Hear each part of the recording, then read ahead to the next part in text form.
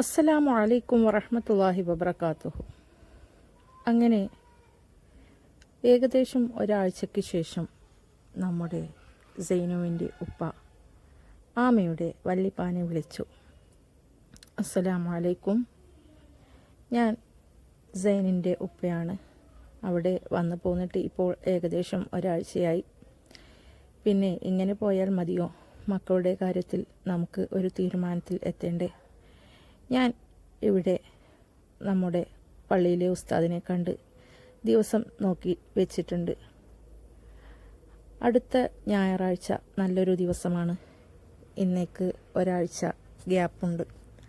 നമുക്ക് മക്കളുടെ നിശ്ചയം അങ്ങ് നടത്തിയാലോ? ഇത് കേട്ടതും നമ്മുടെ ആമയുടെ വല്ലിപ്പ പറഞ്ഞു, വഅലൈക്കും അസ്സലാം. ഞാനും നിങ്ങൾ വിളിക്കുമെന്ന് വിചാരിച്ച് കാത്തിരിക്കുകയായിരുന്നു. ഒരാഴ്ചയായിട്ടും വിളിയൊന്നും കാണാഞ്ഞപ്പോൾ എന്തു പറ്റിയെന്ന് വിചാരിച്ചു. അതിനെന്താ, നിങ്ങൾ തീരുമാനിക്കുന്നത് പോലെ നമുക്ക് അങ്ങനെ ചെയ്യാം എന്ന് പറഞ്ഞു. ഞാൻ അവളുടെ ഉപ്പായുമായിട്ട് ഒന്ന് സംസാരിക്കട്ടെ എന്ന് പറഞ്ഞു. അങ്ങനെ അന്ന് വൈകുന്നേരം ആമി ജോലിയെല്ലാം കഴിഞ്ഞ് വന്നപ്പോൾ അവളുടെ വല്ലിപ്പ അവളോട് പറഞ്ഞു, ആമി മോളെ, ഒരു സന്തോഷ വാർത്തയുണ്ട്. അവൾ ചോദിച്ചു, എന്താ വല്ലിപ്പ? പിന്നെ സൈനുമോൻ്റെ ഉപ്പ വിളിച്ചിരുന്നു. അടുത്ത ഞായറാഴ്ച നല്ലൊരു ദിവസമുണ്ട്, നിശ്ചയം നടത്തിയാലോ എന്ന് ചോദിച്ചു. അപ്പോൾ ആമി പറഞ്ഞു, അവളിങ്ങനെ നാണത്തോടെ തലയെല്ലാം കുമ്പിട്ടുകൊണ്ട് പറഞ്ഞു, അതൊക്കെ നിങ്ങൾ കാരണവർ തീരുമാനിക്കേണ്ടതല്ലേ വല്ലിപ്പ. നിങ്ങൾ തീരുമാനിച്ചാൽ മതി, എനിക്ക് സമ്മതമാണ് എന്ന് പറഞ്ഞു. എന്നാൽ ഞാനിന്ന് റസാക്കിനെ ഒന്ന് വിളിച്ച് സംസാരിക്കട്ടെ. അപ്പോൾ ആമി പറഞ്ഞു, വല്ലിപ്പ ഉപ്പാനോട് ചോദിച്ചാൽ ഉപ്പ എന്ത് പറയുമെന്നൊന്നും അറിയില്ല, എന്നാലും ഉപ്പാനോട് പറയണമല്ലോ, വല്ലിപ്പ വിളിച്ചു നോക്കി എന്നെല്ലാം പറഞ്ഞു. അങ്ങനെ അന്ന് രാത്രി ഭക്ഷണമെല്ലാം കഴിഞ്ഞ് റസാക്ക് ഇങ്ങനെ ഇരിക്കുകയാണ്. അപ്പോഴാണ് ഒരു പരിചയമില്ലാത്ത നമ്പർ കണ്ടത്. കാരണം റസാക്കിൻ്റെ ഫോണിൽ ആമിയുടെ വല്ലിപ്പാൻ്റെയോ അവളുടെ ഉമ്മാൻ്റെ വീട്ടിലുള്ള ആരുടെയും നമ്പർ ഉണ്ടായിരുന്നില്ല. അയാൾക്ക് അവരെ കാണുന്നതോ അവരുമായി സംസാരിക്കുന്നതോ തന്നെ ഇഷ്ടമല്ല. എന്നിട്ടല്ലേ ഇപ്പോൾ നമ്പർ. അങ്ങനെ ഫോണെടുത്തു റസാക്ക്. ആമയുടെ വീട്ടിൽ നിന്ന് ആണെന്ന് ഉമ്മാൻ്റെ വീട്ടിൽ നിന്ന് ആണെന്ന് അറിയുമെങ്കിൽ ഫോൺ തന്നെ എടുക്കുമായിരിക്കില്ല. അതാണ് അവസ്ഥ.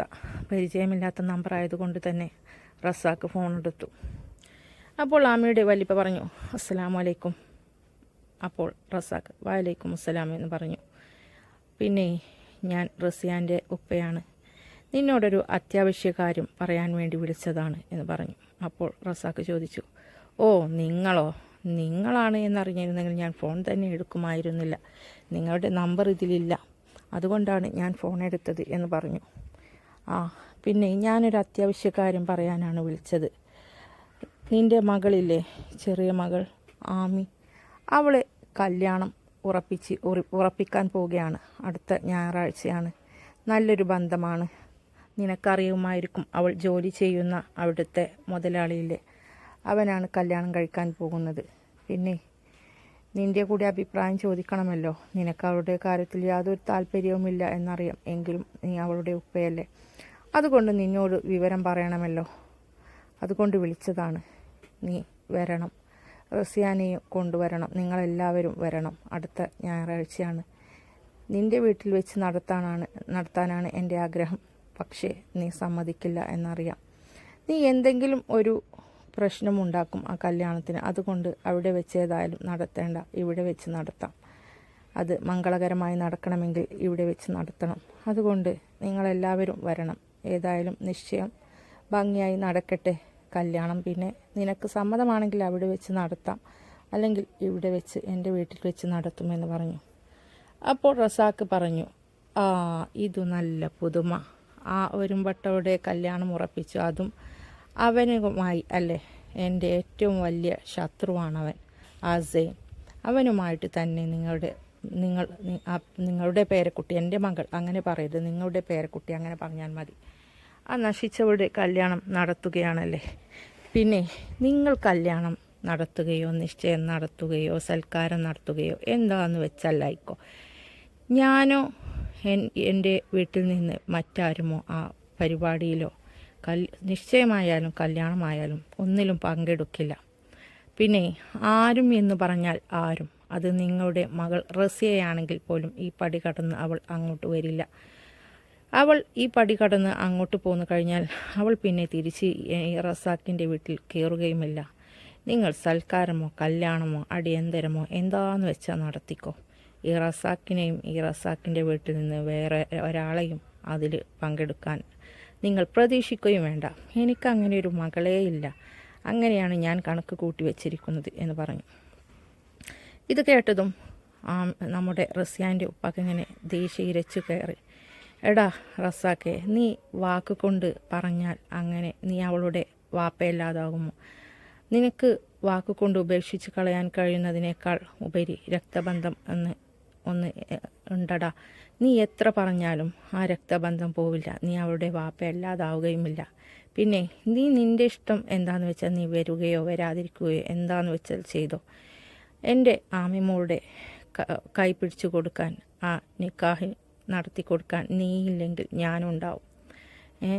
നീ അവളുടെ ബാപ്പയാണ്, നീ മരിച്ചു എന്നാണ് കൂട്ടും ഞാൻ. അല്ലാതെ അവളുടെ കല്യാണം നടത്താതിരിക്കില്ല. എങ്ങനെയുണ്ടോ ഒരു വാപ്പ, നാണമില്ലാത്തവൻ എന്നെല്ലാം പറഞ്ഞു. ഇത് കേട്ടിട്ടൊന്നും റസാക്കിന് യാതൊരു കുലുക്കമുണ്ടായിരുന്നില്ല. അവനിങ്ങനെ പൊട്ടിച്ചിരിച്ചു കൊണ്ട് പറഞ്ഞു, നിങ്ങൾ എന്താന്ന് വെച്ചാൽ പറഞ്ഞോ. എൻ്റെ തീരുമാനത്തിൽ ഒരു മാറ്റവുമില്ല. അവളെ ഞാൻ വയറ്റിൽ വെച്ചേ കൊന്നു കളയേണ്ടതായിരുന്നു. അതുകൊണ്ട് ഇപ്പോൾ അവൾ ജനിച്ചു വീണപ്പോൾ എന്ന് അവൾ മരിച്ചതായിട്ടാണ് ഞാൻ കണക്കാക്കിയിരിക്കുന്നത്. എൻ്റെ മക്കളുടെ കൂട്ടത്തിൽ ഞാൻ അവളെ പെടുത്തിയിട്ടില്ല. ഇത് കേട്ടതും നമ്മുടെ റസിയാൻ്റെ ഉപ്പ പറഞ്ഞു, എടാ, നിൻ്റെ മകളുടെ കല്യാണം നടത്താനും ആ കടങ്ങൾ വീട്ടാനും അവൾ പറയുന്ന സെയിൻ തന്നെയല്ലടാ നിന്നെ സഹായിച്ചത്. അപ്പോൾ നീ 2 കൈയും നീട്ടി ആ പണം വാങ്ങിയല്ലോ. അതിന് നിനക്കൊരു മാനക്കേടും ഉണ്ടായില്ലേ? അപ്പോൾ എവിടെ നിന്ന് വന്നു നിൻ്റെ ഈ ഒരു പിതൃസ്നേഹം? അപ്പോൾ നീ എന്തിനാണ് ആ പൈസ വാങ്ങിയത്, നാണമില്ലാത്തവനെ എന്ന് ചോദിച്ചു. ഇത് കേട്ടത് റസാക്ക് പറഞ്ഞു, അത് എനിക്ക് രക്ഷപ്പെടാനുള്ള അവസരം വന്നിട്ട് അവൾ സമ്മതിച്ചില്ല. ആ ഒരു കല്യാണം നടന്നിരുന്നെങ്കിൽ ഞാൻ എന്നേക്കുമായി രക്ഷപ്പെട്ടിരുന്നു. ഇതൊരു 10 ലക്ഷം ഉലുവ, അതോടെ കഴിഞ്ഞില്ലേ? അപ്പോൾ റസിയാൻ്റെ ഉപ്പ പറഞ്ഞു, 10 ലക്ഷമെങ്കിൽ 10 ലക്ഷം നീ അവളുടെ പേരും പറഞ്ഞിട്ടല്ലടാ കൈയും നീട്ടി വാങ്ങിച്ചത്.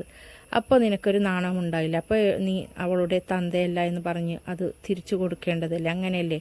അല്ലാതെ ആവശ്യം വരുമ്പോൾ നീ തന്തയാ, അല്ലാത്ത സമയത്ത് നീ അവിടെ ആരുമല്ല, അങ്ങനെയല്ലല്ലോ ചെയ്യുക എന്നെല്ലാം പറഞ്ഞു. അപ്പോൾ റസാഖ് പറഞ്ഞു, ഞാനിങ്ങനെയാണ്, നിങ്ങൾ എന്താന്ന് വെച്ചാൽ കൂട്ടിക്കോ. പിന്നെ അതുകൊണ്ട് ഞാൻ പറഞ്ഞ വാക്ക് ഒന്നുകൂടി ആവർത്തിച്ച് പറയുകയാണ്. നിങ്ങൾ അവളുടെ കല്യാണമോ സൽക്കാരമോ അടിയന്തരമോ നിശ്ചയമോ എന്തോ ആണെങ്കിലും നടത്തിക്കോ. റസാക്കിൻ്റെ വീട്ടിൽ നിന്ന് ആരും അതിൽ പങ്കെടുക്കില്ല. അതിൽ നിങ്ങളുടെ മകൾ റസിയാണെങ്കിലും ശരി. അവൾ ഈ പടി അങ്ങ് ഇറങ്ങിയാൽ അതോടെ അവസാനിക്കും ഞാനും അവളുമായിട്ടുള്ള ബന്ധം എന്ന് പറഞ്ഞു. ഇത് കേട്ടതും നമ്മുടെ റസിയാൻ്റെ ഉപ്പ പറഞ്ഞു, നീ നിൻ്റെ കാര്യം തീരുമാനിച്ചാൽ മതി. റസിയാൻ്റെ കാര്യം തീരുമാനിക്കാൻ അവളുടെ ബാപ്പയായ ഞാനുണ്ടവിടെ. നീ അവളെ ഇങ്ങ് ഇറക്കി വിട്ടളാ. അല്ലെങ്കിലും നിൻ്റെ വീട്ടിലുള്ള നരകതുല്യമായ ജീവിതത്തേക്കാൾ എൻ്റെ മകൾക്ക് ഇവിടെ സ്വർഗമായിരിക്കും. അവൾ വരാത്തോണ്ടതല്ലേ. അവൾ വന്നാൽ 2 കൈയും നീട്ടി ഞാൻ അവളെ സ്വീകരിക്കും. എൻ്റെ മരണം വരെ ഞാൻ അവളെ പൊന്നുപോലെ നോക്കും. അത് കേട്ടതും റസാക്ക് പറഞ്ഞു, നിങ്ങളുടെ മരണം വരെ നിങ്ങൾ അവളെ പൊന്നുപോലെ നോക്കും. അത് കഴിഞ്ഞാലോ?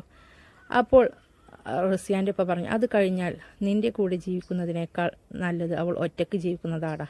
അവൾക്ക് പടച്ച റബ്ബ് തുണയുണ്ടാവും. എന്നാലും എൻ്റെ മോൾ, അവളെ പെണ്ണ് കാണലിനോ എൻ്റെ മോൾക്ക് പങ്കെടുക്കാൻ കഴിഞ്ഞില്ല. നീയും നിൻ്റെ ഉമ്മയും കൂടി അവളെ അവിടെ എന്തെല്ലാമോ പറഞ്ഞ് ഹോസ്പിറ്റൽ കേസും എല്ലാം ഉണ്ടാക്കിയ അവിടെ എന്തെല്ലാം നിങ്ങൾ സ്വയം അവളെ വീഴ്ത്താൻ വേണ്ടി കുഴിച്ച കുഴിയിൽ നിൻ്റെ ഉമ്മ തന്നെ വീണതായിരിക്കും. അങ്ങനെ വരാനേ വഴിയുള്ളൂ. അതോ നിങ്ങൾ മുടക്കി. ഇനി നിശ്ചയവും കല്യാണവും മുടക്കാമെന്ന് കരുതണ്ട. അത് ഞാൻ എൻ്റെ ആമിമോളുമായി സംസാരിച്ച് ഞങ്ങളൊരു തീരുമാനത്തിക്കോളും. ഞാൻ നിന്നെ അറിയിക്കേണ്ട ഒരു മര്യാദ എനിക്കുണ്ടായിരുന്നു. അതുകൊണ്ട് ഞാൻ വിളിച്ച് പറഞ്ഞതാണ് എന്ന് പറഞ്ഞുകൊണ്ട് അദ്ദേഹം ഫോൺ വെച്ചു. റസാക്ക് ഇതെല്ലാം സംസാരിക്കുന്നത് ചെവി കൂർപ്പിച്ച് അക്ഷമയോടെ ഒരാൾ അടുത്ത് കാത്തു നിൽക്കുന്നുണ്ടായിരുന്നു. അത് മറ്റാരുമല്ല, റസിയാൻ്റെ അമ്മായിമ്മ ജമീലത്ത, റസാക്കിൻ്റെ ഉമ്മയായിരുന്നു. അവരിങ്ങനെ ഇടയ്ക്കിടെ ഇങ്ങനെ കൈകൊണ്ട് എന്താണെന്ന് ചോദിക്കുന്നുണ്ടായിരുന്നു ഫോൺ സംഭാഷണത്തിനിടയിൽ തന്നെ. അപ്പോൾ റസാക്ക് കൈകൊണ്ട് നിൽക്കി ഞാൻ പറയാമെന്ന രീതിയിൽ കൈകൊണ്ടിങ്ങനെ കാണിച്ചത് കൊണ്ട് അവരിങ്ങനെ അക്ഷമയോടെ കാത്തു നിന്നതാണ്. ഫോൺ കട്ട് ചെയ്തതും അവർ ചോദിച്ചു, എടാ എന്താണ്, ആരാണ് വിളിച്ചത് എന്നെല്ലാം ചോദിച്ചു. നിന്റെ സംസാരത്തിൽ നിന്ന് അവളുടെ വീട്ടിൽ നിന്നാണെന്ന് തോന്നുന്നു. എന്താണ്, ആരാണ് വിളിച്ചത് എന്ന് ചോദിച്ചു. റസാക്ക് പറഞ്ഞു, മറ്റാര്, അവളുടെ തന്തയില്ലേ, അയാൾ തന്നെ. അയാളോ, എന്തിനാണ് അയാൾ വിളിച്ചത് എന്ന് ചോദിച്ചു ജമീലത്ത. പിന്നെ ആ ഒരുമ്പട്ടവളില്ലേ ആമി, അവളുടെ കല്യാണം നിശ്ചയമാണത്ര അടുത്ത ഞായറാഴ്ച, അതിന് ക്ഷണിക്കാൻ വേണ്ടി വിളിച്ചതാണ്. അപ്പോൾ ജമീലത്ത പറഞ്ഞു, ഓ ഓ ഓ ഓ അപ്പോഴക്കിനോല് കല്യാണം ഉറപ്പിച്ചോ, അത് ശരി. എടാ നിന്നോടൊരു വാക്ക്, ഇതെല്ലാം ചെയ്യുന്നതിന് മുന്നേ നിന്നോടൊരു വാക്ക് ചോദിക്കണ്ടേ അവർ? പെണ്ണ് കാണലും എല്ലാം കഴിഞ്ഞു, എന്നിട്ട് നിന്നോടൊരു വാക്ക് ചോദിച്ചോ? ഇപ്പോൾ നിശ്ചയത്തിന് ഇങ്ങനെ വിളിച്ചിരിക്കുന്നു. ആ വരുമ്പട്ടവളുടെ നിശ്ചയം നടക്കില്ല, കല്യാണം നടക്കില്ല, എല്ലാം അടങ്ങി അവൾ പണ്ടാരടങ്ങി പോവുകയുള്ളൂ എന്നെല്ലാം പറഞ്ഞു.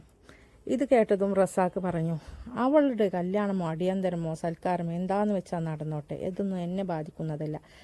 ഞാനും പോകുന്നില്ല, ആരും പോകുന്നില്ല. അവളുണ്ടല്ല ആ റസിയ, അവളും പോകുന്നില്ല.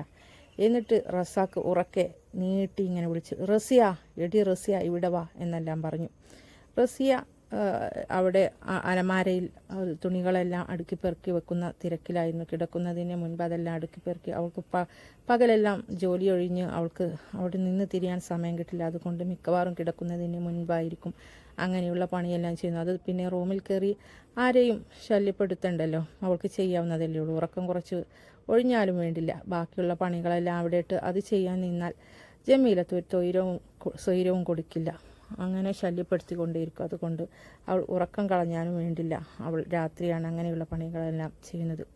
അപ്പോഴാണ് ഇങ്ങനെ റസാക്ക് ശബ്ദമുയർത്തി വിളിക്കുന്നത്, റസിയ ഇവിടെ വാ, റസിയ എന്നെല്ലാം പറഞ്ഞു. അവൾ പാതി വഴിയിൽ മടക്കിയ തുണികളെല്ലാം അവിടെ വെച്ച് ഓടിപ്പാഞ്ഞ് ചെന്നു. എന്താ ഇക്ക, എന്താണ് നിങ്ങൾ വിളിച്ചത് എന്ന് പറഞ്ഞു. അപ്പോൾ റസാക്ക് പറഞ്ഞു, എടി നീ അറിഞ്ഞോ, നിൻ്റെ വീട്ടിൽ നിന്നാണ് വിളിച്ചത്, വലിയൊരു വിശേഷം നടക്കാൻ പോവുകയാണ് അവിടെ എന്ന് പറഞ്ഞു. ഇത് കേട്ടതും റസിയ, വീട്ടിൽ നിന്നോ, ആരാ വിളിച്ചത്? അപ്പോൾ റസാക്ക് പറഞ്ഞു, നിൻ്റെ തന്തയില്ലേ, അയാൾ തന്നെ. അപ്പോൾ റസിയ ചോദിച്ചു, എന്താ ഇക്ക, എന്തിനാ വിളിച്ചത്? എടി നിൻ്റെ പുന്നാര മോളില്ലേ, ആ ചെറിയവൾ, നശിച്ചവൾ, അവളുടെ കല്യാണ നിശ്ചയമാണ് എത്ര അടുത്ത ഞായറാഴ്ച. നമ്മളെയെല്ലാം ക്ഷണിക്കാൻ വിളിച്ചതാടി നിൻ്റെ തന്ത.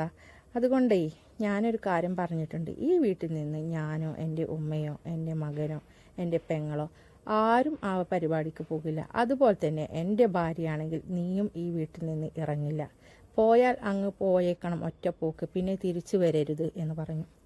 ഇത് കേട്ടതും റസി എങ്ങനെ പേടിച്ച് വിറച്ച് നിൽക്കുകയാണ്. അവൾ പറഞ്ഞു, അല്ലയിക്ക, അത് പിന്നെ ആമി മോളുടെ നിശ്ചയത്തിൽ പെണ്ണ് കാണൽ ചടങ്ങിലോ എനിക്ക് പങ്കെടുക്കാൻ കഴിഞ്ഞില്ല, നിശ്ചയത്തിനെങ്കിലും ഞാൻ പോട്ടേക്ക എന്നിങ്ങനെ അവൾ പേടിച്ച് വിറച്ച് ചോദിച്ചു.